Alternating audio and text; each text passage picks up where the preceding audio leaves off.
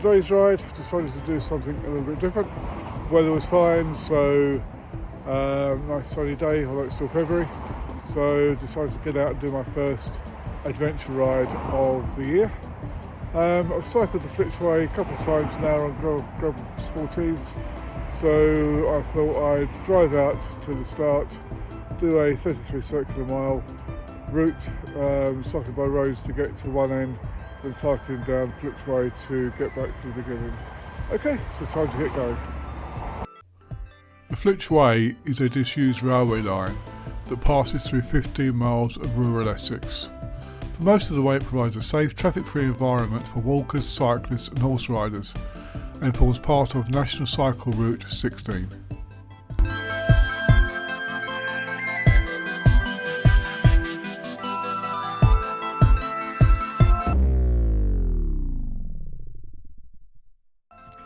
So the plan was simple.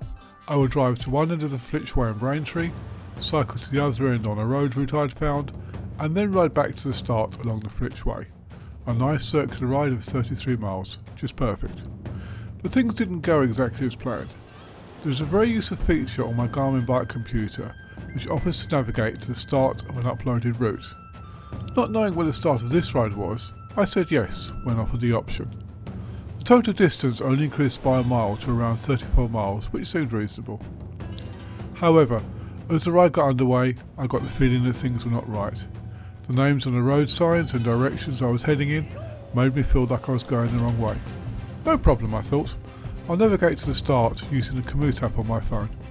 And off I went again, but in a slightly different direction. I did contemplate going back to the start of the ride, but for some reason decided to trust the technology. Never again. As I carried on riding, my Garmin finally picked up the route I was riding, so I switched off the Komoot app. But little did I realise that the distance shown on my Garmin was the distance to the start of the ride, not the total distance of navigating to the start, as well as the planned ride, as I had thought. When I reached the end of the route, the station I arrived at looked nothing like the one where I started out from. It was then that I realised I was at the wrong station, 24 miles away from my car. It's easy to confuse Brentwood and Braintree, right? It was starting to get dark and the temperature was dropping, so I decided to take the train back to Brentwood instead of riding back. So now you know what you know, you'll probably understand why I was a bit confused in places. Anyway, let's get on with the bike ride. So, just started to have doubts about the route.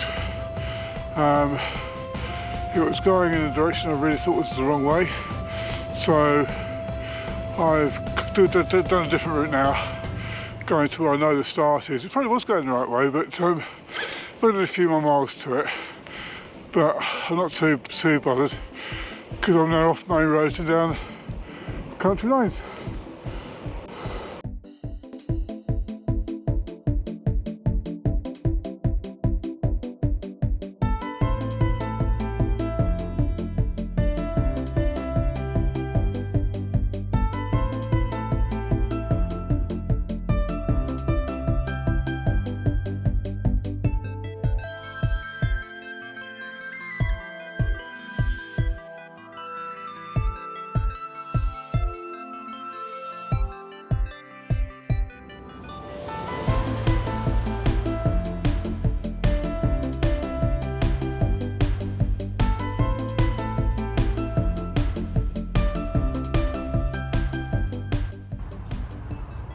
So having cycled 20 odd miles, now at the start of the Flitch Way. It looks like it's going to be a muddy start, so glad I took the gravel bike. But I know that from previous experience it will be tarmacked at one point and then all the way to the end. So okay, time to stop talking, time to get on with it, let's go. Well, that was famous last words. That was completely unrideable. Mud was so deep, my wheels just completely clogged up with it, so I had to clean them out and push it for a little bit. But as you can see, all ahead looks good.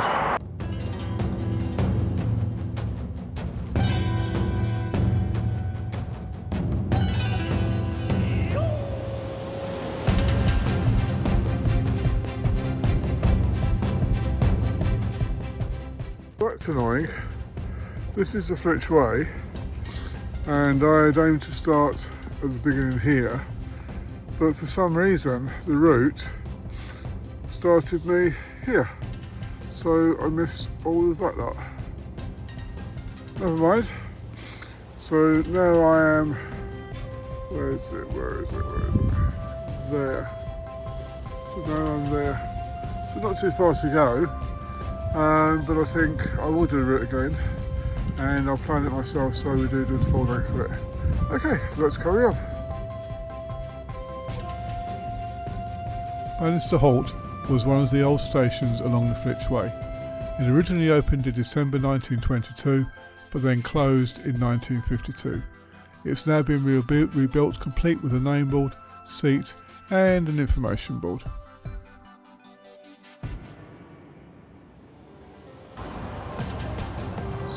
Well, that was annoying. I had planned to stop off here and get some lunch. Unfortunately, somebody beat me to the queue, a group of 4 people, and by the time I got there they decided to stop serving. Oh well, better luck next time.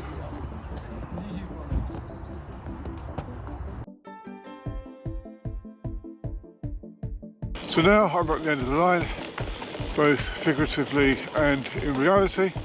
A bit disappointed that I only joined the Flitch Way halfway through, not sure why the route went that way. I'm definitely going to come back again, but I think what I'll do next time is just, rather than go around the road to the start, I'm just going to start one end, go to the end, have something to eat, turn around and then come back again. Yeah, other than that, it's been a good ride. The surface wasn't tarmacked, it's more like packed earth, so it's a little bit sticky in places, but more than rideable. Just slow down a little bit, that's all. Okay, so it's been another great ride, so just see where my next adventure takes me. So I'll spare you any photographs of the looks of anguish and complete bemusement on my face when I realised what I'd done. But instead, we'll leave you with the moral. And the moral of this story is simple. If something feels wrong, trust your instincts. Always double check your navigation tools and be aware of the distances you're covering. But most importantly, always be ready for an adventure, no matter where it takes you.